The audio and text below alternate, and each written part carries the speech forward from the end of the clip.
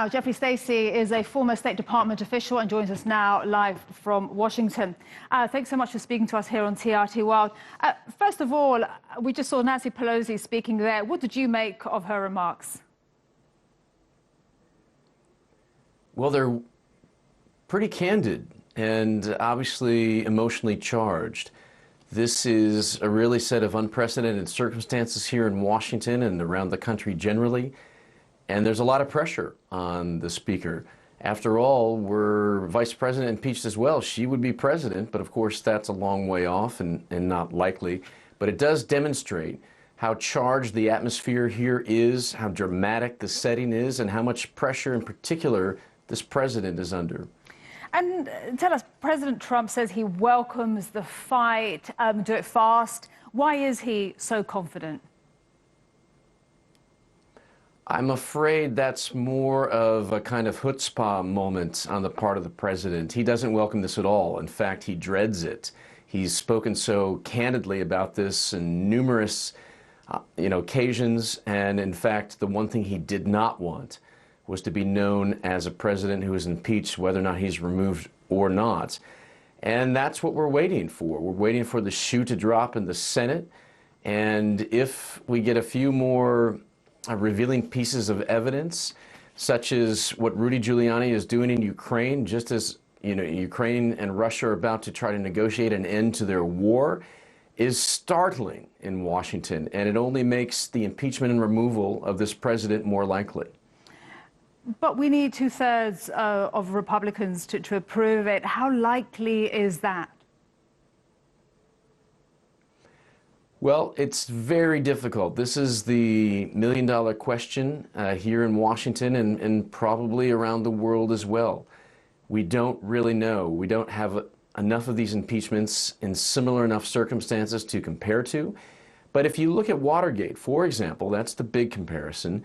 We know that Republicans held very closely to Richard Nixon right until the end.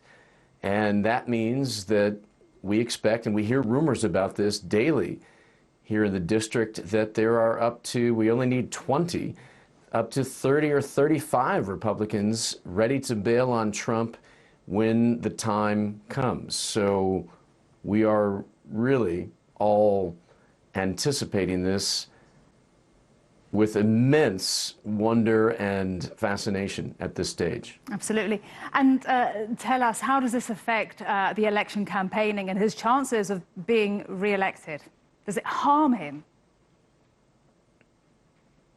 Well, that's what's incredibly complicated to prognosticate on, because, of course, we have Russia already interfering in this election.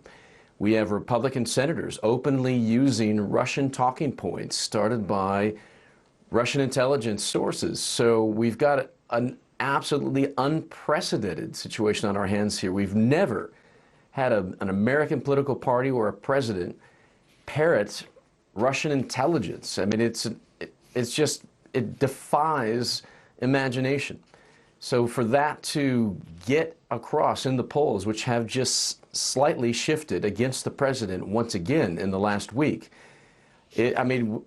we really are through the looking glass here. No one knows what's happening before their eyes.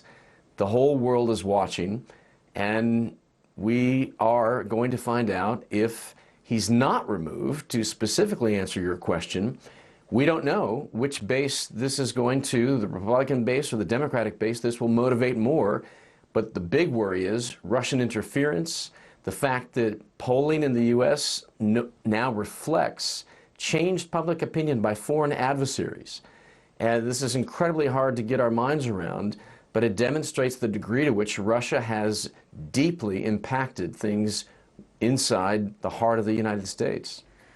Jeffrey Stacey, thank you very much indeed for speaking to us on the News Hour. Pleasure to have your company and get your thoughts.